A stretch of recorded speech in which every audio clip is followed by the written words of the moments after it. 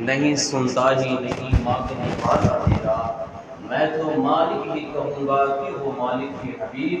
یعنی محبوب و محب میں نہیں میرا تیرا، یعنی محبوب و محب میں نہیں میرا تیرا۔ عقیدت و محبت کے ساتھ آقا کی بارگاہ میں درود پاک کا نذرانہ پیش کرنے پہ اللہم صلی علی سیدنا محمد صلوات اللہ علیہ وسلم۔ اللہ رب العزت کا بے انتہا فضل ہے، کرم ہے، احسان ہے، اس نے ہمیں خیریت اور عافیت کے ساتھ ایک دفعہ پھر یوم جمعہ عطا فرمایا، الحمدللہ رب العالمین۔ اور کرم بالائے کرم یہ رمضان مبارک کا جمعہ عطا فرمایا۔ عزیزان گرامی، آج رمضان مبارک کا 20واں روزہ، آج یوم الجمعہ سید الایام بھی ہے، اور آج یوم فتح مکہ بھی ہے، آج یوم فتح مکہ بھی ہے، اور عشر مغفرت کا آخری دن بھی ہے، الوداعی عشر مغفرت کا دن۔ اور 17 رمضان مبارک جو گزرا، یوم بدر جس کو قرآن مجید میں یوم الفرقان بھی کہا جاتا ہے، فرق کرنے کا دن، اور اسی دن یعنی 17 رمضان مبارک یوم عرس محبوب خدا سیدہ طاہرہ حافظہ سیدہ عائشہ صدیقہ عفیفہ رضی اللہ عنہا کا گزرا۔ اور 18 رمضان مبارک اللہ کی تلوار سیف اللہ، جنہوں نے 125 جنگیں لڑیں اور ہر جنگ میں اللہ رب العزت نے انہیں فتح و نصرت عطا فرمائی، گزار سیدنا خالد بن ولید رضی اللہ تعالیٰ عنہ کی 18 رمضان مبارک کو آپ کا عرس گزرا، اور 20 رمضان یعنی آج فتح مکہ، اور کل 21 رمضان مبارک شہادت مولا علی مشکل کشا فاتح خیبر کرم اللہ تعالی وجہ الکریم کا دن، کل شہادت مولا علی۔ عزیزان گرامی، یہ رمضان مبارک میں بھی کیسی کیسی ہستیوں کے دن اور روز آ رہے ہیں، یہ تو ایسے ہی برکتوں اور رحمتوں کا مہینہ، کرم والا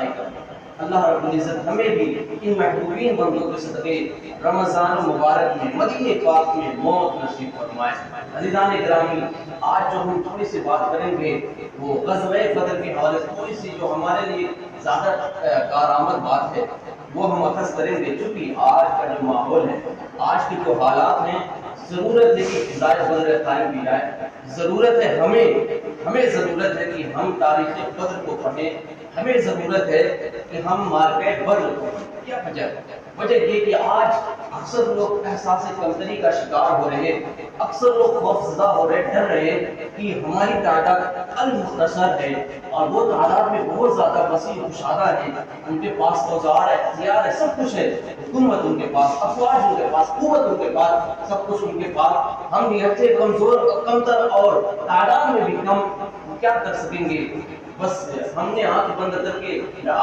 کے بیٹھ گئے کہ اب تو مرنا ہی ہے۔ عزیزان گرامی، اکثر یہ بات کہی گئی، آپ نے سنی بھی ہوگی کہ ہماری تاریخ ہمیشہ سے ایسی رہی ہے کہ جب کافروں سے مقابلہ ہوا ہے، ہماری تعداد مختصر رہی ہے، ہمارے پاس اوزار بھی کم رہے ہیں، لیکن ہم اوزار پہ بھروسہ کر کے میدان میں نہیں آئے، پروردگار پہ بھروسہ کر کے میدان میں آئے، تو اللہ رب العزت نے ہمیں بھی فتح و نصرت عطا فرمائی۔